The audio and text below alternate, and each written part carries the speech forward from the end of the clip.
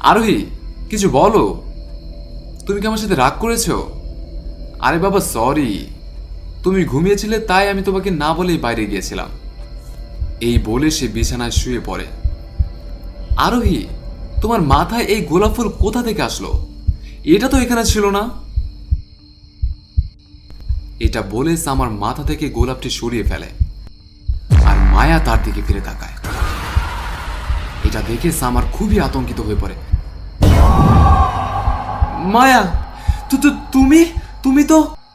হ্যাঁ, আমি মরে গেছি। তুমি আমাকে মেরে ফেলেছিলে।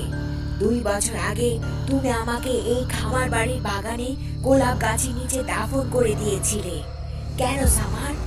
কারণ আমি গরিব ছিলাম, নাকি মা হতে যাচ্ছিলাম এই জন্য? আমি তোমার বোঝা না হয়ে যাই এই ভেবে তুমি আমাকে আমার বাচ্চা সহ মাটিতে পুঁতে দিয়েছিলে। কিন্তু আমি এসে গেছি, প্রতিশোধ নিতে এসেছি। মায়া, আরোহী কোথায়? আমি তাকে অনেক ভালোবাসি, তাকে তুমি কিছু করো না।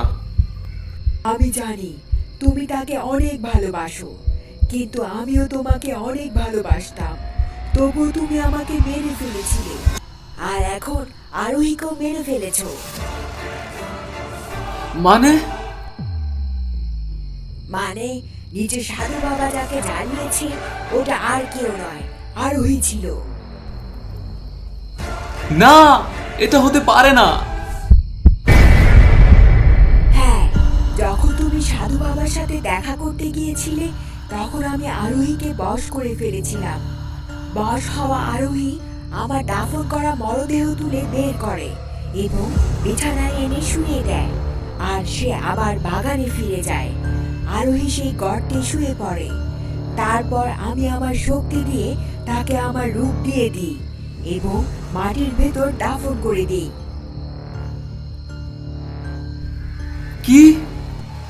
হ্যাঁ, প্রমাণ মেটানোর তাড়াহুড়া করায় তুমি তোমার প্রেমিকাকে মেরে ফেলেছো আর আমার অর্ধেক কাজ সম্পূর্ণ করে দিয়েছো।